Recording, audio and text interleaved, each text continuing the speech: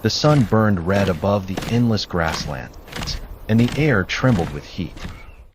A small band of early humans, just 15 strong, moved silently through the tall grass. Their bodies were lean from hunger, their hands clutching sharpened spears of wood and stone. For days, they had followed the trails, their eyes sharp for any sign of prey. At last, they found him, a lone buffalo bull, heavy with age, separated from the herd. This was their chance.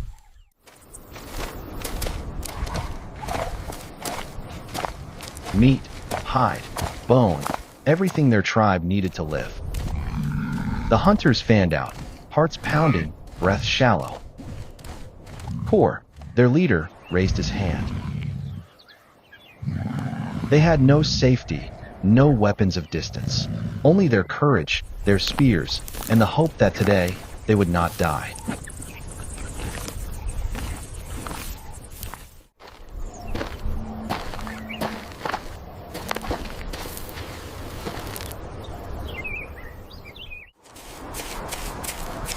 With shouts, they drove the beast toward the marsh. The ground sucked at its hooves. The buffalo roared, thrashing, but the hunters closed in.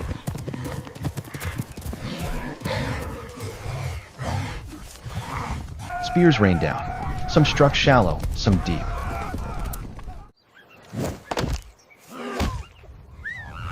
The animal staggered, bellowed one last cry, and fell. Triumph shook the air. The hunters shouted, raising their spears to the sky. They had won.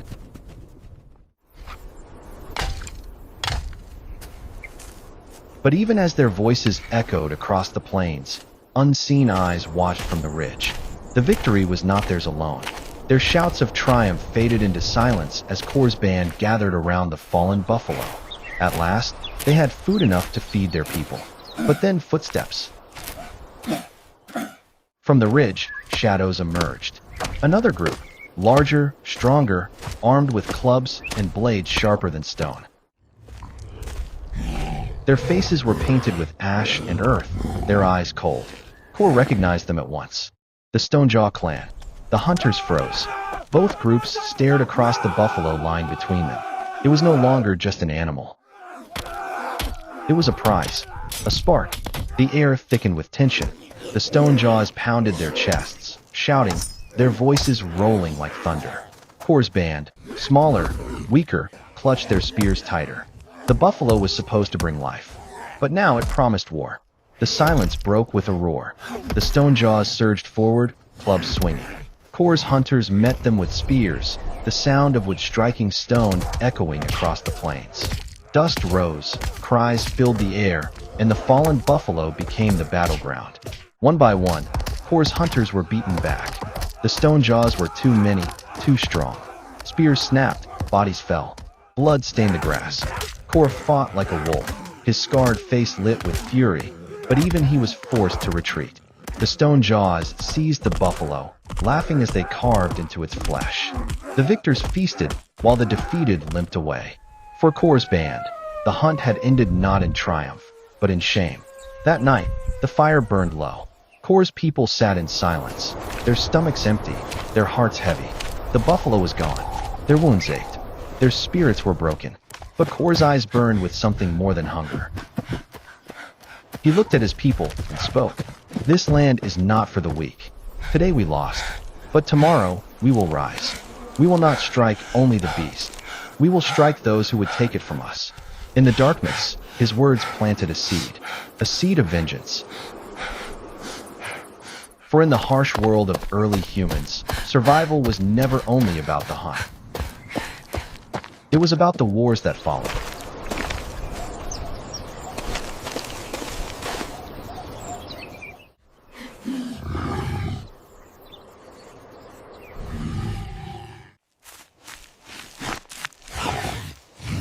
Then came the cries of triumph.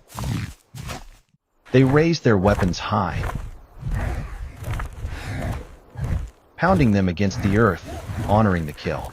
Together, they worked quickly.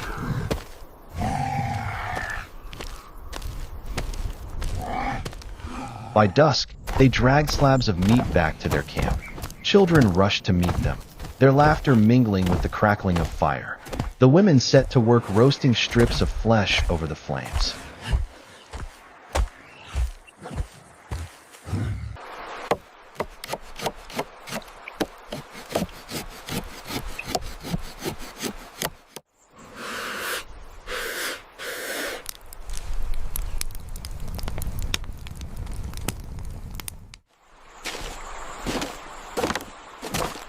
That night, the tribe feasted.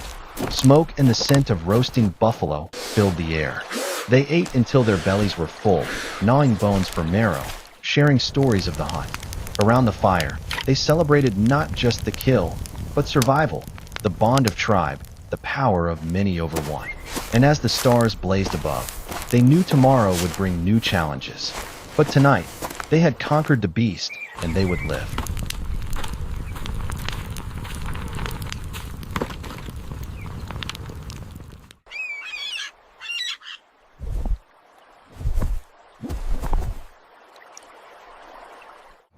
With sharp stones, they cut into the thick hide, carving meat, fat, and marrow.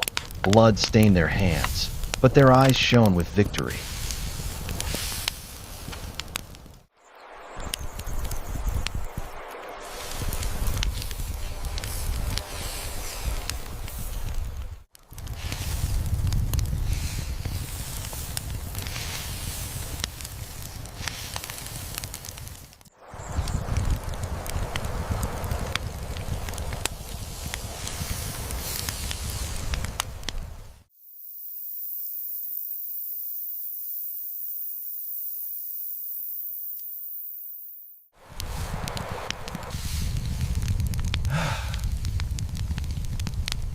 For more documentaries about what life looks like for the early humans, don't forget to like, comment, and subscribe for more.